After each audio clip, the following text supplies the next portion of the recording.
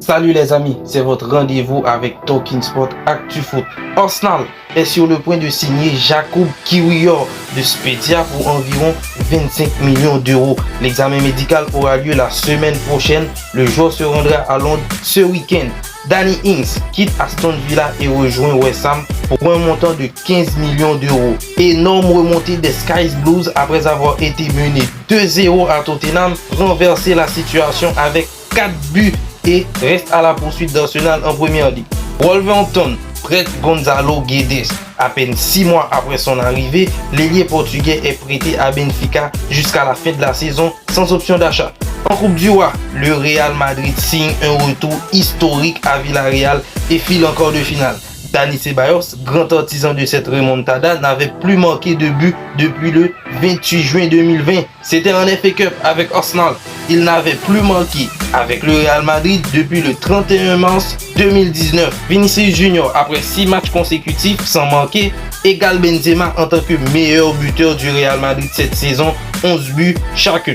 Le Barça, de son côté, écrase Ceuta 5-0 et attend son adversaire pour les quarts de finale. Robert Lewandowski, avec le Barça cette saison, c'est 22 buts, 5 passes décisives pour 23 matchs. Énorme!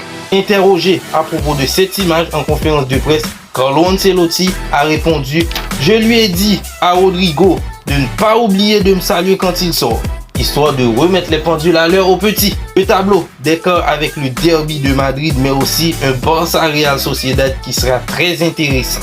Dani Alves, placé en garde à vue en Espagne pour agression sexuelle présumée. Les faits se seraient produits le 30 décembre dernier dans une discothèque. Milan Skriniar aurait rejeté la proposition de prolongation de l'Inter. En fin de contrat en juin, il pourrait signer libre dans un autre club. Le PSG serait confiant dans ce dossier. Enfin, une bonne nouvelle pour le Milan AC. Absent des terrains depuis septembre, Mike Maignan entrevoit enfin la lumière au bout du tunnel et Milan espère un retour en février. La Juve se qualifie à Monza et obtient son ticket pour les quarts de finale en Coupe d'Italie et affrontera la Lazio, et l'Inter rencontrera l'Atalanta de Bergame. Et on termine avec le retour de la Bundesliga avec un grand choc ce soir entre le Bayern Munich et Leipzig. Merci d'avoir suivi cette nouvelle édition de Actualité Foot avec Talking Sport. N'oubliez pas d'activer la cloche si vous voulez rester informé.